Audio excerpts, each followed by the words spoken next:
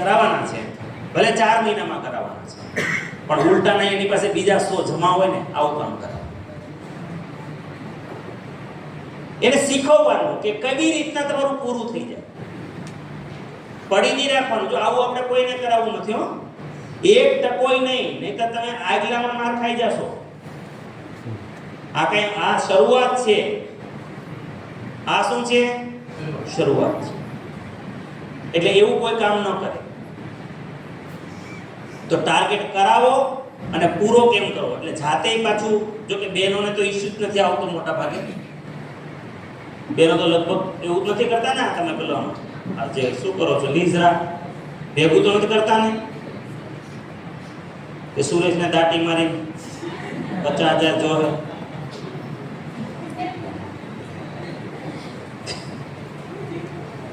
આજ 50,000 જોવે લેવાનું, બિલ બનાવવાનું છે.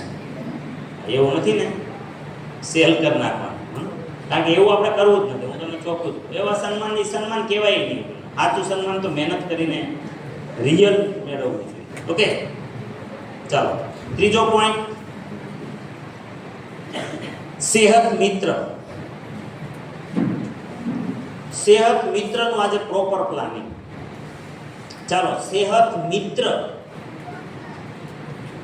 ની પરિભાષા કોને કોને ખબર છે કે સેહત મિત્ર કોને કહેવાય? એક કમ્પ્લીટ સેહત મિત્ર કોને કહેવાય? કોને ખબર છે? સેહત મિત્ર. ગુરુકુલમાં કોઈ આવતું નથી લાગતું.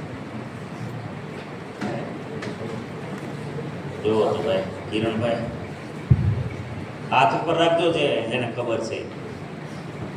જો ઊભા થાવ તમે જો, આપણે બ્રહ્મા છીએ ભાઈ. છે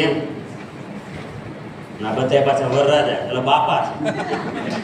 આ વરના બાપા છે ને.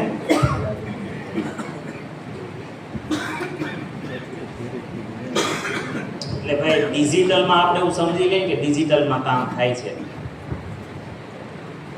તો એવો બ્રહ્મા ન રહેતા ભાઈ. ચાલો હવે સેહત મિત્ર કોન્સેપ્ટ કરે, એમાં દુઃખની કોઈ વાત નથી, એમાં કોઈ તમારે ગિલ્ટી ફીલ નથી કરવાની. એટલે એવું નહીં કે મને નથી ખબર, કાંઈ વાંધો નહીં. બાપાએ તમને કીધું નહીં હોય. બાપા એટલે અપલાય. ઓમ બાપા તો સમજતા નહીં. બાપા એટલે અપલાય. તો જો કે ટીસી બાપા જ આપણને કહે છે, એટલે આપણે કોઈ વચ્ચે હતી કોઈ ઓલી રાખવાની હોય નહીં. છતાંય હવે બીજું શું કરીએ?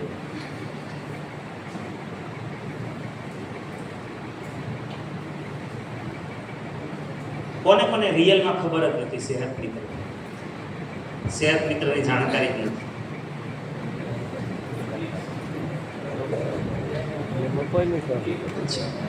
હાથ પેલામાં ઉપર નહોતા કે નામે ઉપર. તો અડધું ખબર છે એવું કોણ? એવા જ છે. અડધું ઈ કેવું? અડધા વાળા હાથ જરા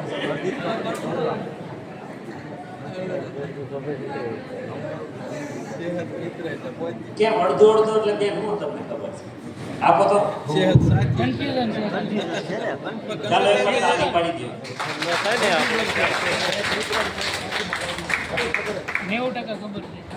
પોતાનો રિપોર્ટ જો પરફેક્ટ હોય, કોઈ પણ પ્રકારની બીમારી ન હોય, એમાં ઘણી બધી બીમારીઓ છે, બરાબર છે? જેમ કે બીપી છે, ડાયાબિટીસ છે, લિપિડ પ્રોફાઇલ છે, પછી એનિમિયા છે, થાઇરોઇડ છે, અસ્થમા છે, બરાબર? ત્યાર પછી આર્થરાઇટિસ છે, મોટાપો છે, અને પીસીઓડી છે, પીસીઓએસ, પીસીઓડી છે. આવા 12 પ્રકારની બીમારીઓ તો ઓલરેડી એપ્લિકેશનમાં છે. એ સિવાય પણ જેમ કે કેન્સર છે, હેના? તો એ સિવાય પણ ઘણી બીમારીઓને, જેમ કે આંખોની તકલીફ છે, તમારી આંખમાં કઈ તકલીફ હતી, નંબર હતા, પ્રોબ્લેમ થતો હતો, રિપોર્ટ એવો આવતો હતો, અને પછી ન્યુટ્રીચાર્જ વ્યૂ ખાધી, ન્યુટ્રીચાર્જ DHA લીધું, પ્રોટીન લીધું અને આંખ સારી થઈ ગઈ, બરાબર? તો એ તમે રિપોર્ટ મૂકી શકો. તો એવા ઘણી બધી બીમારીઓ છે કે જે તમે ગણાય, જેમ કે વાળનું છે, વાળ ઉગ્યા હોય, હેર રિવાઇવલ કીટ દ્વારા કામ થયું હોય, ભલે એપ્લિકેશનમાં નથી, એનો મતલબ એવો નથી કે બીમારી આમાં નથી ગણાતું. તો આમાંની કોઈ પણ તકલીફ તમે સારી કરી હોય આરસીએમની પ્રોડક્ટથી, તો આજનો રિપોર્ટ અને 3 મહિના વહેલો ફાયદો થઈ જાય તો વહેલોય કરી શકાય. એવું કંઈ નહીં કે મારે લિપિડ પ્રોફાઇલ માટે 3 મહિના રાહ જોવાની.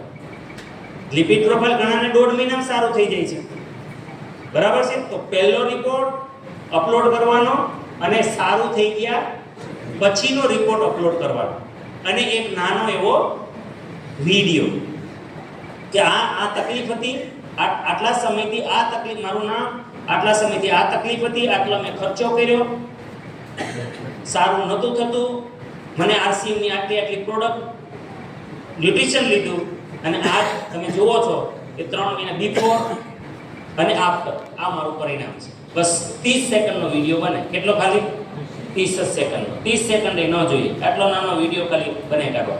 ઓકે? અને એને અપલોડ કરી દેવાના ડોક્યુમેન્ટ્સ, એટલે તમે શું બની જાઓ? સેહત સિતારે.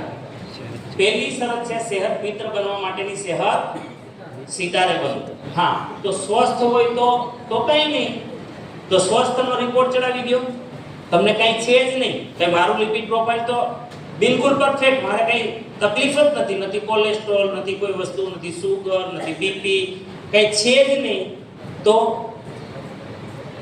સમજાણું તમને? તો મારે મારો ફ્રેશ રિપોર્ટ ચડાવવાનો. હા, હવે એ વ્યક્તિ સેહત મિત્ર બને. સેહત મિત્રમાં શું કરવાનું છે? કારણ કે હવે આપણે ઓરિજિનલ અહીંથી કામ શરૂ થવાનું છે. જો કાલે સવારે સ્પેશિયલ મીટિંગ કરી હતી, હતા તમે એમાં? કોણ કોણ હતું? સ્પેશિયલ પ્લાનિંગ હતું, સેહત મિત્રનું જ કર્યું હતું ને કાલે. અચ્છા, TCG યાદ શેનું આપ્યું? TCG શું આપ્યું આજે? 8 વાગ્યાનો પ્રોગ્રામ, ટેકનિકલ રોયલ્ટીમાં એ જ આપ્યું.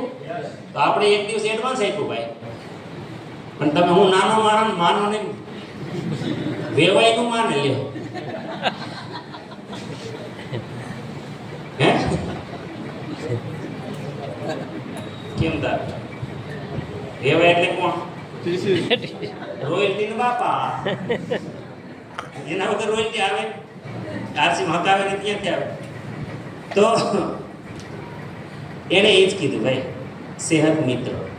હવે એને અવગણીને આપણે કોઈ કાર્ય કરાવવાનું થતું નથી. 3 ઉદ્દેશ્યો ઉપર કામ કરવું છે. એમાં સૌથી પહેલું સ્વાસ્થ્ય ક્રાંતિ. હમણાં કિરણભાઈએ પણ એ જ કીધું. જો કે આપણે તો હવે આ મેં હમણાં કીધું કે આ પીસી બાપા ક્યારે લાવ્યા? હાલો સ્વાસ્થ્ય ક્રાંતિ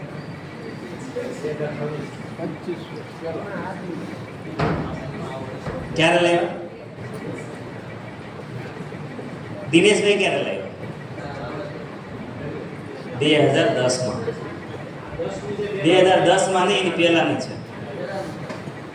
ત્યારે ટીસીસી પાસે ખાલી આર્થિક ક્રાંતિ હતી.